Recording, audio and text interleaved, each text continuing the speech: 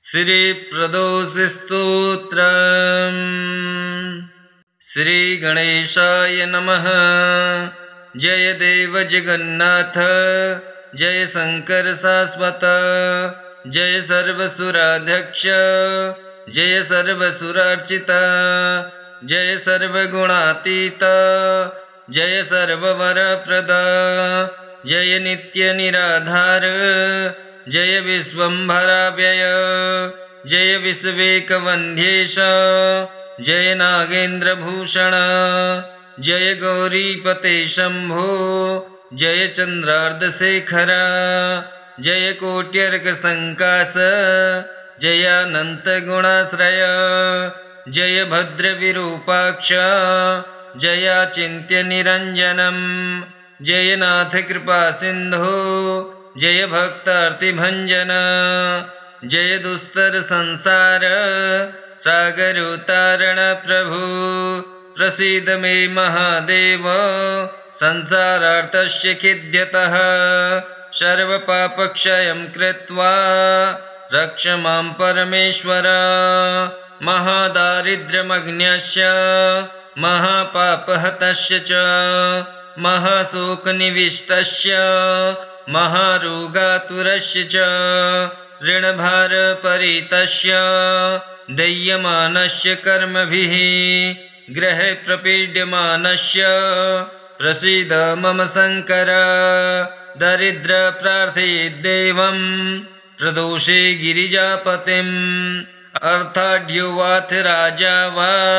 प्रार्थयेद्देवमीश्वरम्, दीर्घमायुः सदारोग्यं कोशवृद्धिर्बलोन्नतिः,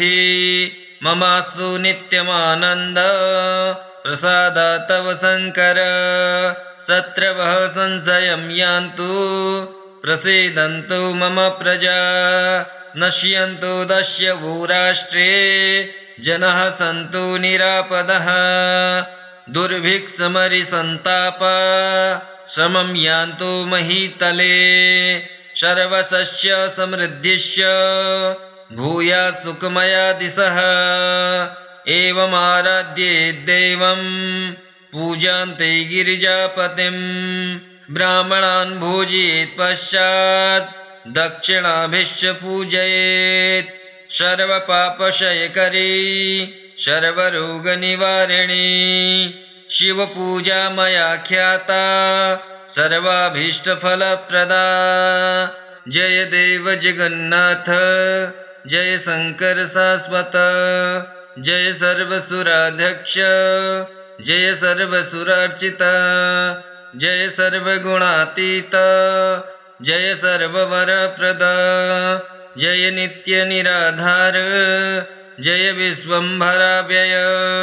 जय विश्वेकवन्ध्येश, जय नागेन्द्रभूषण, जय गौरीपते शंभो, जय चंद्रार्धशेखर, जय कोट्यर्कसंकाश, जयानन्तगुणाश्रय, जय भद्रविरूपाक्ष, जयाचिन्त्यनिरञ्जनम्, जय नाथ कृपासिन्धो, जय भक्तार्तिभञ्जन, जय दुस्तर संसार सागरोत्तारण प्रभु, प्रसीद मे महादेव संसारार्तस्य खिद्यतः, सर्वपापक्षयं कृत्वा रक्ष मां परमेश्वर, महादारिद्र्यमग्न्यस्य महापापहतस्य च, महाशोकनिविष्टस्य महारोगातुरस्य च, ऋणभारपरीतस्य दह्यमानस्य कर्मभिः, ग्रहे प्रपीड्यमानस्य प्रसीद मम शंकर, दरिद्र प्रार्थयेद्देवं प्रदोषे गिरिजापतिम्, अर्थाढ्योवाथ राजा वा प्रार्थयेद्देवमीश्वरम्, दीर्घमायुः सदारोग्यं कोशवृद्धिर्बलोन्नतिः, ममास्तु नित्यमानन्द प्रसाद तव शंकर, शत्रवः संशयं यान्तु प्रसीदन्तु मम प्रजा, नश्यन्तु दस्यवो राष्ट्रे जनः सन्तु निरापदः दुर्भिक्षमरिसन्ताप समं यान्तु महीतले सर्वसस्य समृद्धिश्च भूयात् सुखमया दिशः एवमाराध्येद्देवं पूजान्ते गिरिजापतिं ब्राह्मणान् भोजयेत् पश्चात् दक्षिणाभिश्च पूजयेत् सर्वपापक्षयकरी सर्वरोगनिवारिणी शिवपूजा मया ख्याता सर्वाभीष्टफलप्रदा जय देव जगन्नाथ जय शंकर शाश्वत जय सर्वसुराध्यक्ष जय सर्वसुरार्चित जय सर्वगुणातीत जय सर्ववरप्रद जय नित्य निराधार जय विश्वम्भराव्यय जय विश्वेकवन्ध्येश जय नागेन्द्रभूषण जय गौरीपते शम्भो जय चन्द्रार्धशेखर जय कोट्यर्कसङ्कास जयानन्तगुणाश्रय जय भद्रविरूपाक्ष जयाचिन्त्यनिरञ्जनं जय नाथ कृपासिन्धो जय भक्तार्तिभञ्जन जय दुस्तर संसार सागरोत्तारण प्रभु प्रसीद मे महादेव संसारार्तस्य खिद्यतः सर्वपापक्षयं कृत्वा रक्ष मां परमेश्वर महादारिद्र्यमग्न्यस्य महापापहतस्य च महाशोकनिविष्टस्य महारोगातुरस्य च ऋणभारपरीतस्य दह्यमानस्य कर्मभिः ग्रहे प्रपीड्यमानस्य प्रसीद मम शङ्कर दरिद्र प्रार्थयेद्देवं प्रदोषे गिरिजापतिम् अर्थाढ्यो वाथ राजा वा प्रार्थयेद्देवमीश्वरं दीर्घमायुः सदारोग्यं कोशवृद्धिर्बलोन्नतिः ममास्तु नित्यमानन्द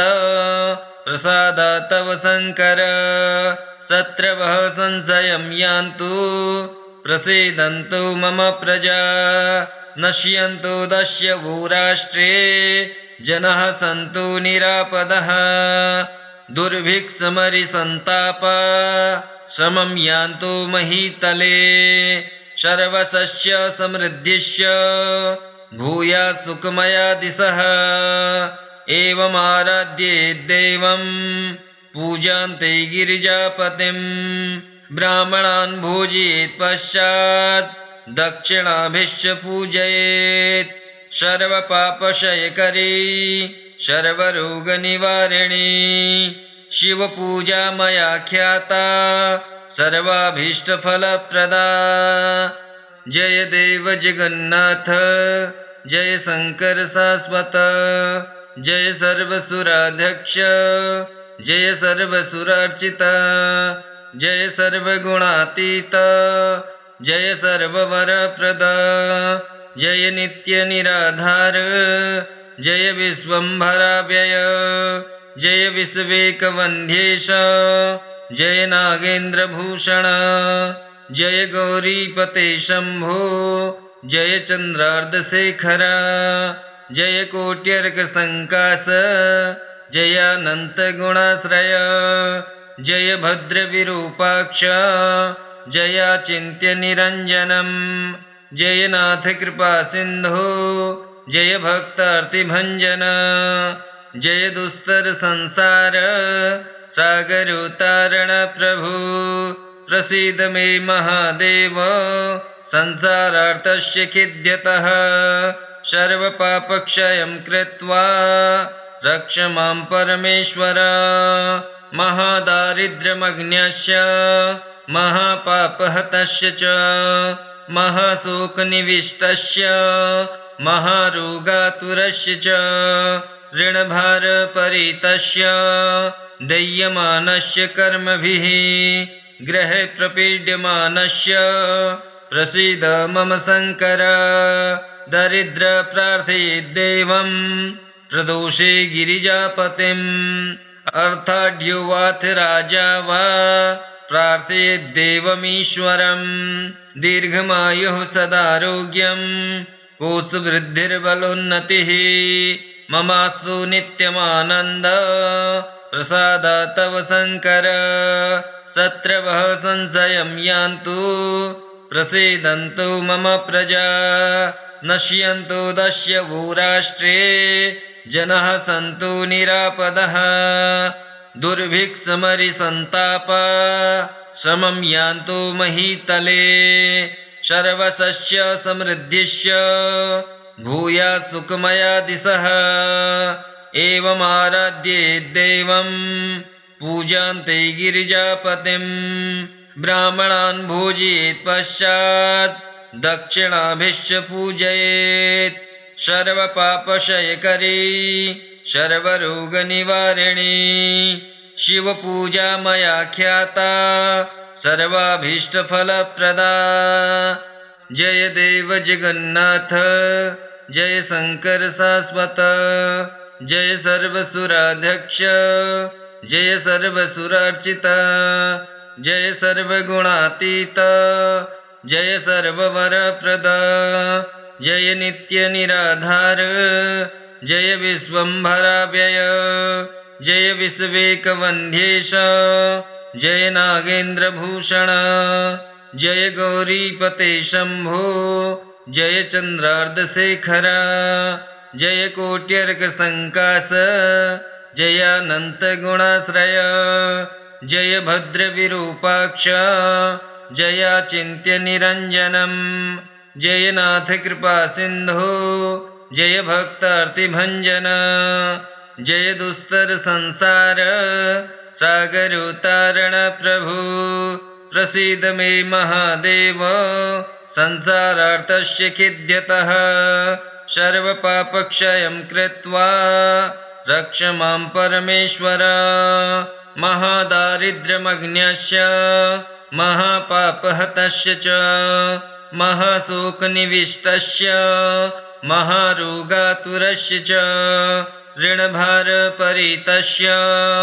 दह्यमानस्य कर्मभिः ग्रहे प्रपीड्यमानस्य प्रसीद मम शङ्कर दरिद्र प्रार्थयेद्देवं प्रदोषे गिरिजापतिम् अर्थाढ्योवाथ राजा वा प्रार्थयेद्देवमीश्वरम् दीर्घमायुः सदारोग्यम् कोशवृद्धिर्बलोन्नतिः ममास्तु नित्यमानन्द प्रसादात् तव शङ्कर शत्रवः संशयं यान्तु प्रसीदन्तु मम प्रजा नश्यन्तु दस्यवो राष्ट्रे जनः सन्तु निरापदः दुर्भिक्षमरिसन्ताप समं यान्तु महीतले सर्वसस्य समृद्धिश्च भूयात् सुखमया दिशः एवमाराध्ये देवं पूजान्ते गिरिजापतिं ब्राह्मणान् भोजयेत् पश्चात् दक्षिणाभिश्च पूजयेत् सर्वपापक्षयकरी सर्वरोगनिवारिणी शिवपूजा मया ख्याता सर्वाभीष्टफलप्रदा जय देव जगन्नाथ जय शंकर शाश्वत जय सर्वसुराध्यक्ष जय सर्वसुरार्चित जय सर्वगुणातीत जय सर्ववरप्रद जय नित्य निराधार जय विश्वम्भराव्यय जय विश्वेकवन्ध्येश जय नागेन्द्रभूषण जय गौरीपते शम्भो जय चन्द्रार्धशेखर जय कोट्यर्कसङ्कास जयानन्तगुणाश्रय जय भद्रविरूपाक्ष जयाचिन्त्यनिरञ्जनम् जय नाथ कृपासिन्धो जय भक्तार्तिभञ्जन जय दुस्तर संसार सागरोत्तारण प्रभु प्रसीद मे महादेव संसारार्तस्य खिद्यतः सर्वपापक्षयं कृत्वा रक्ष मां परमेश्वर महादारिद्र्यमग्न्यस्य महापापहतस्य च महाशोकनिविष्टस्य महारोगातुरस्य च ऋणभारपरीतस्य दह्यमानस्य कर्मभिः ग्रहे प्रपीड्यमानस्य प्रसीद मम शङ्कर दरिद्रप्रार्थयेद्देवं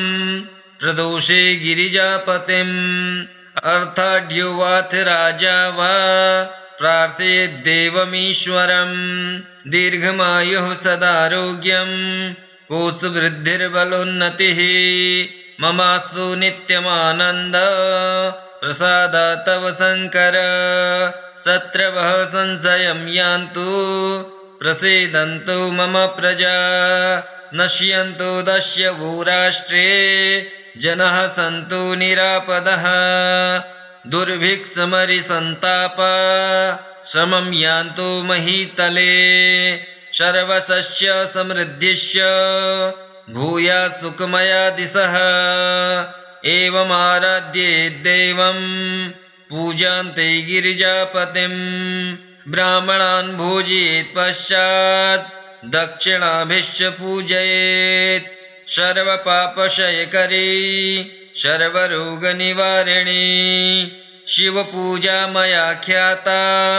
सर्वाभीष्टफलप्रदा जय देव जगन्नाथ जय शंकर शाश्वत जय सर्वसुराध्यक्ष जय सर्वसुरार्चित जय सर्वगुणातीत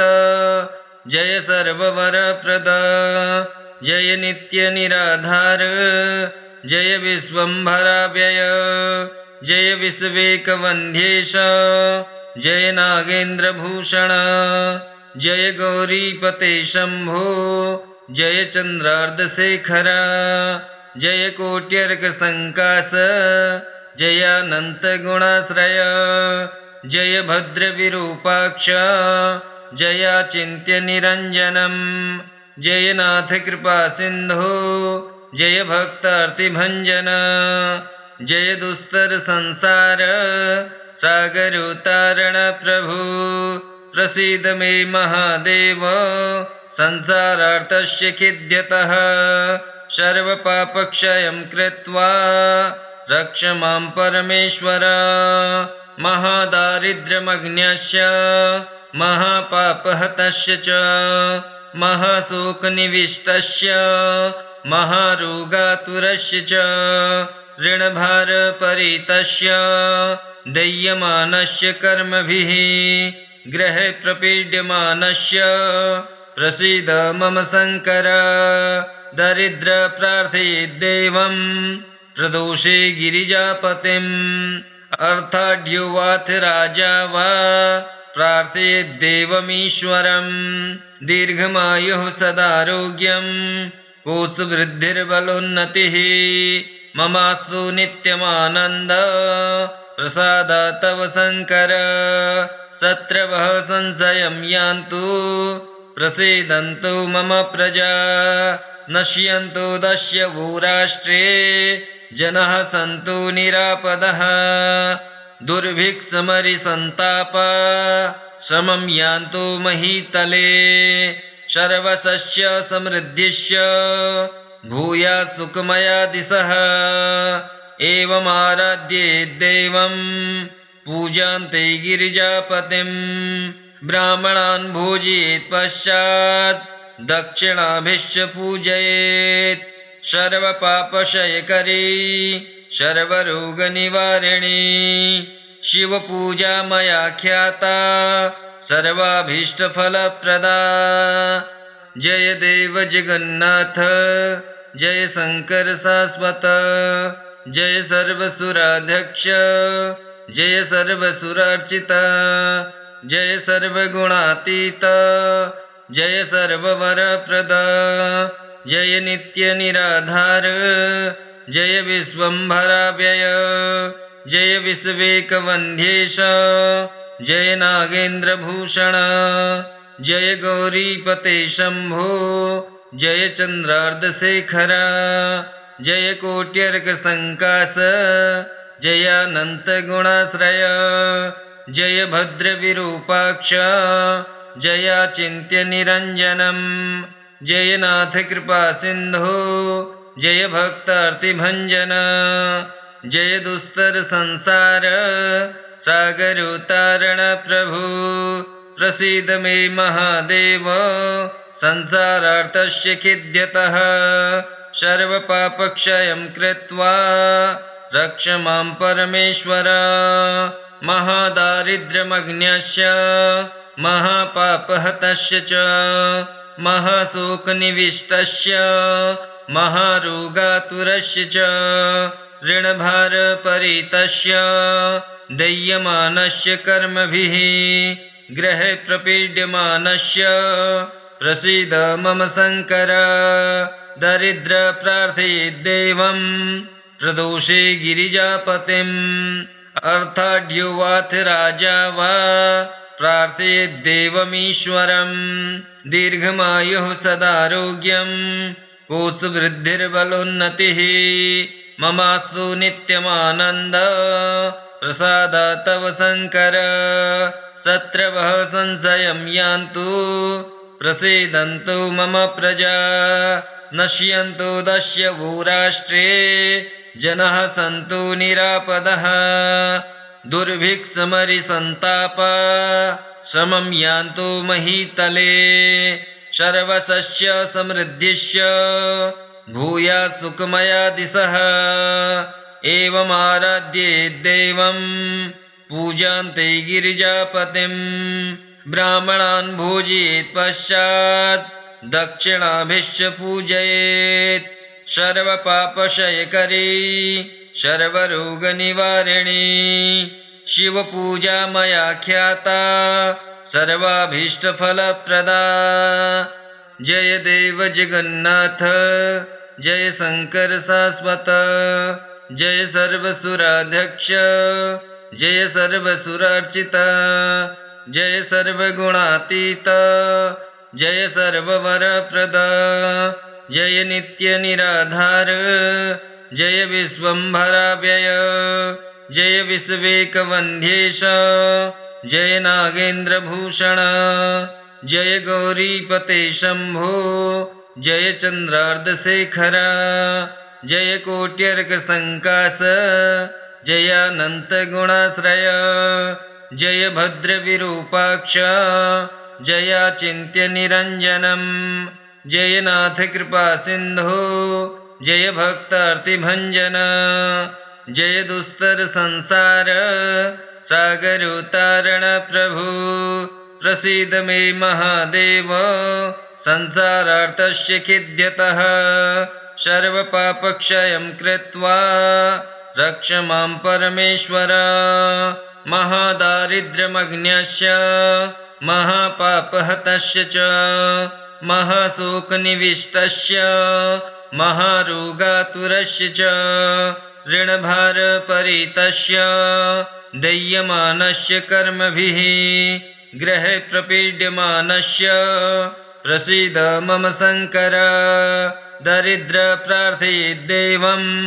प्रदोषे गिरिजापतिम् अर्थाढ्योवाथ राजा वा प्रार्थयेद्देवमीश्वरं दीर्घमायुः सदारोग्यं कोशवृद्धिर्बलोन्नतिः ममास्तु नित्यमानन्द प्रसादात् तव शङ्कर शत्रवः संशयं यान्तु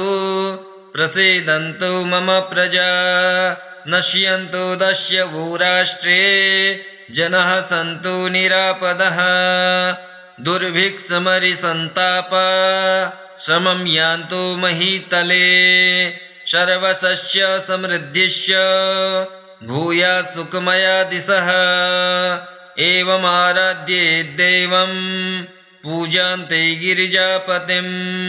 ब्राह्मणान् भोजयेत् पश्चात् दक्षिणाभिश्च पूजयेत् सर्वपापक्षयकरी सर्वरोगनिवारिणी शिवपूजा मया ख्याता सर्वाभीष्टफलप्रदा जय देव जगन्नाथ जय शंकर शाश्वत जय सर्वसुराध्यक्ष जय सर्वसुरार्चित जय सर्वगुणातीत जय सर्ववरप्रद जय नित्य निराधार जय विश्वंभराव्यय जय विश्वेकवन्ध्येश जय नागेन्द्रभूषण जय गौरीपते शंभो जय चंद्रार्धशेखर जय कोट्यर्कसंकाश जयानंत गुणाश्रय जय भद्रविरूपाक्ष जयाचिन्त्य निरञ्जनम् जय नाथ कृपा सिंधो जय भक्तार्तिभंजन जय दुस्तर संसार सागरोतारण प्रभु प्रसीद मे महादेव संसारार्तस्य खिद्यतः सर्वपापक्षयं कृत्वा रक्ष मां परमेश्वर महादारिद्र्यमग्न्यस्य महापापहतस्य च महाशोकनिविष्टस्य महारोगातुरस्य च ऋणभारपरीतस्य दह्यमानस्य कर्मभिः ग्रहे प्रपीड्यमानस्य प्रसीद मम शंकर दरिद्रप्रार्थयेद्देवं प्रदोषे गिरिजापतिम् अर्थाढ्योवाथ राजा वा प्रार्थयेद्देवमीश्वरम् दीर्घमायुः सदारोग्यं कोशवृद्धिर्बलोन्नतिः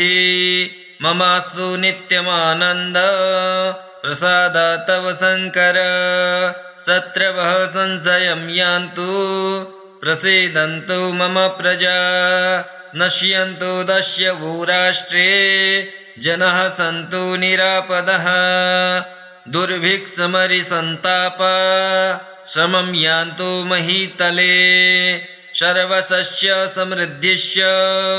भूयात् सुखमया दिशः एवमाराध्येद्देवं पूजान्ते गिरिजापतिं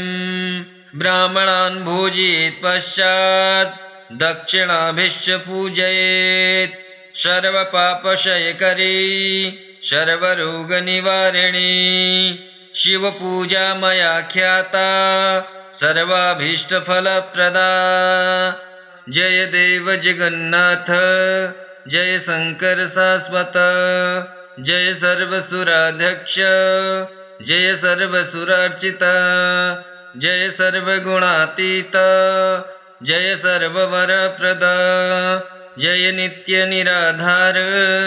जय विश्वंभराव्यय जय विश्वेकवन्ध्येश जय नागेन्द्रभूषण जय गौरीपते शंभो जय चंद्रार्धशेखर जय कोट्यर्कसंकाश जयानंत गुणाश्रय जय भद्रविरूपाक्ष जयाचिन्त्य निरञ्जनम् जय नाथ कृपा सिंधो जय भक्तार्तिभंजन जय दुस्तर संसार सागरोतारण प्रभु प्रसीद मे महादेव संसारार्तस्य खिद्यतः सर्वपापक्षयं कृत्वा रक्ष मां परमेश्वर महादारिद्र्यमग्न्यस्य महापापहतस्य च महाशोकनिविष्टस्य महारोगातुरस्य च ऋणभारपरीतस्य दह्यमानस्य कर्मभिः ग्रहे प्रपीड्यमानस्य प्रसीद मम शंकर दरिद्रप्रार्थयेद्देवं प्रदोषे गिरिजापतिम् अर्थाढ्योवाथ राजा वा प्रार्थयेद्देवमीश्वरम् दीर्घमायुः सदारोग्यं कोशवृद्धिर्बलोन्नतिः ममास्तु नित्यमानन्द प्रसाद तव शंकर शत्रवः संशयं यान्तु प्रसीदन्तु मम प्रजा नश्यन्तु दस्यवो राष्ट्रे जनः सन्तु निरापदः दुर्भिक्षमरिसन्ताप समं यान्तु महीतले सर्वसस्य समृद्धिश्च भूयात् सुखमया दिशः एवमाराध्येत् देवं पूजान्ते गिरिजापतिं ब्राह्मणान् भोजयेत् पश्चात् दक्षिणाभिश्च पूजयेत् सर्वपापक्षयकरी सर्वरोगनिवारिणी शिवपूजा मया ख्याता सर्वाभीष्टफलप्रदा जय देव जगन्नाथ जय शंकर शाश्वत जय सर्वसुराध्यक्ष जय सर्वसुरार्चित जय सर्वगुणातीत जय सर्ववरप्रद जय नित्य निराधार जय विश्वम्भराव्यय जय विश्वेकवन्ध्येश जय नागेन्द्रभूषण जय गौरीपते शम्भो जय चन्द्रार्धशेखर जय कोट्यर्कसङ्कास जयानन्तगुणाश्रय जय भद्रविरूपाक्ष जयाचिन्त्यनिरञ्जनं जय नाथ कृपासिन्धो जय भक्तार्तिभञ्जन जय दुस्तर संसार सागरोत्तारण प्रभु प्रसीद मे महादेव संसारार्तस्य खिद्यतः सर्वपापक्षयं कृत्वा रक्ष मां परमेश्वर महादारिद्र्यमग्न्यस्य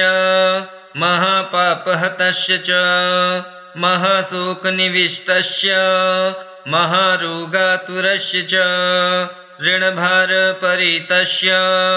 दह्यमानस्य कर्मभिः ग्रहे प्रपीड्यमानस्य प्रसीद मम शङ्कर